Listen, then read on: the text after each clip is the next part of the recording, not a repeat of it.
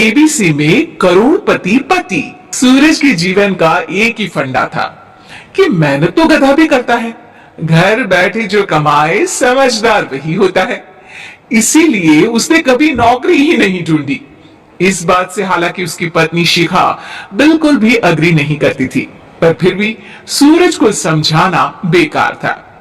TV में कैसे बनोगे करोड़पति का एड देखकर उसे लगा कि बस अब तो घर बैठे ही वो करोड़पति बन सकता है, और उसके पीछे उसने अपने सारे सोर्सेस एक्टिव कर दिए। 2 हफ्ते में उसके कलीग के साले के पड़ोसी के बेटे का सोर्स निकलता है जो कि उसे शो में पहुंचा सकता है, और सूरज उससे मिलने चला जाता है। अच्छा, तो हमें मुकेश जी बता रहे थे कि आप हमें शो में पहुंचा सकते हैं।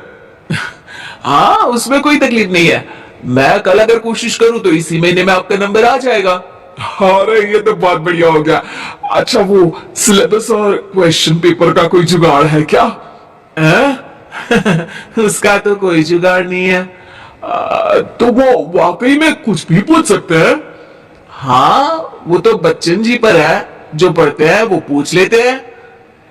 पहली कोशिश फेल होने पर अब सूरज के सामने एक बहुत बड़ा सवाल था कि आखिर जवाब कहां से लाए।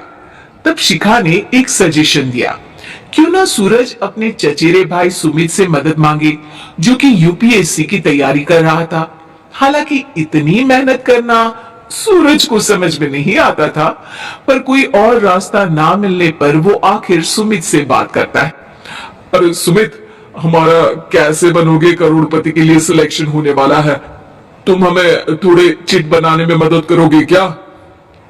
अरे भैया, चिट बनाए तो सालों हो गए, उसमें हमारा एक्सपर्टीज नहीं है, बल्कि आप बोलो तो हम आपकी पढ़ने में जरूर मदद कर सकते हैं। हट, कैसी अनाप शराब बातें कर रहा है तू। सूरज ने सुमित को मना तो कर दिया था, पर तैयारी करने के सिवाय कोई चारा उसे दिख भी नहीं रहा था।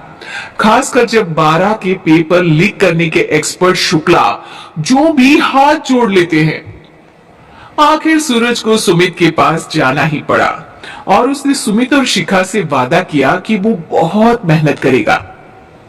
1 महीने की तैयारी के बाद फाइनल हुआ कि शो से 1 हफ्ते पहले एक ट्रायल खेला जाएगा, जहां पर सारे रिश्तेदार ऑडियंस की जगह पर होंगे और शिखा सवाल पूछे। दूर दराज से भी रिश्तेदार आकर हाजिर हो गए देखने कि आखिर कैसे बनेगा सुमित करोड़पति।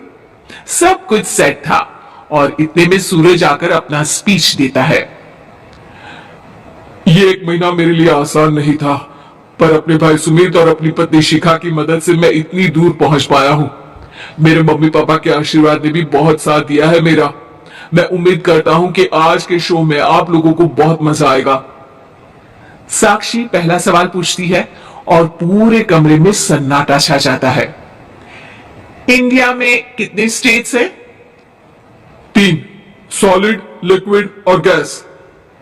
अरे रुकिए, तो ऑप्शंस तो देने दीजिए। इतने में 5वीं कक्षा का चिंटू बोल उठता है, अरे क्या मामा, आप तो पहले सवाल पर ही आउट हो गए। अरे बेटा, पहला सवाल तो ट्रायल होता है ना। अरे तुम अब देखना। देखने जैसी बात तो थी ही। सूरज को इतना शांत किसी ने नहीं देखा था। कभी कभी तो लगता था मानो सूरज आंख खोलकर ही सो गया हो। मामा जल्दी करो प्लीज, कल सुबह पनवेल भी तो निकलना है। अरे हट, कंसंट्रेट करने दे मुझे। 3 सवाल में 3 लाइफलाइन खत्म हो चुकी थी, और अब चौथे सवाल पर भी सूरज का मौन नहीं टूटा। पर सूरज अभी भी हार मानने को तैयार नहीं था। उधर हर कोई सूरज को छोड़ सुमित को देख रहे थे। आखिर सुमित ने ही तो पढ़ाया था सूरज को। गजब बेइज्जती है यार। अरे बेटा, तो बाप का, दादा का, भाई का, सबका नाम बुड़वाएगा। अरे 3 लाइफ लाइन ले ली तो भी तेरा कुछ नहीं होना है। अरे कोई इतनी बात करता है क्या शो पर? अरे बेटा, शो पर तेरे जैसे भी तो नहीं आते ना। सूरज की ये जंग आखिर 1 घंटे बाद 5वें सवाल पर खत्म हो गई, जब उसने इंडिया के नेशनल बर्ड का नाम कहा, कौवा। अरे बेटा, मजा तो बहुत आया, बस थोड़ा टाइम पर खत्म होता तो आनंद भी आ जाता। ताने बारिश की बूंदों की तरह बरस रहे थे और सूरज को भी समझ आ रहा था कि ये करोड़पति बनना शायद उसके बस के बाहर की बात है। पर वो आखिर ये बात मान कैसे लेता? वो सख्त लौंडा जो ठहरा, उसने सोचा कि बेइज्जती तो हो ही चुकी है, पर अगर मैं हार नहीं मानूं तो शायद कुछ हो सकता है। शिखा, तुम देखना, असली शो में आग लगा दूंगा, आग, करोड़पति बनूंगा मैं। हाँ, सब्जियां खत्म हो गई है घर पे, ले आओ। पहले पति बन जाओ, फिर करोड़पति बनना। अरे गजब बेइज्जती है यार। बेटा, अभी तो घर पर ही हुई है, एक हफ्ते में तो तुम देश के सामने करवा कर आओगे। वैसे जब टीवी पर जाओ ना, तो बस अपने मम्मी का ही नाम लेना, ठीक है? कोई पूछे तो बोलना कि पापा नहीं है मेरे। अरे पढ़ाई की, पेपर निकलवाए, इतने सारे लोगों को खाना खिलवाया, क्या फर्क पड़ा? इसीलिए मैं कहता हूं कि मेहनत तो गधा भी करता है, घर बैठे जो कमाए वही सिकंदर।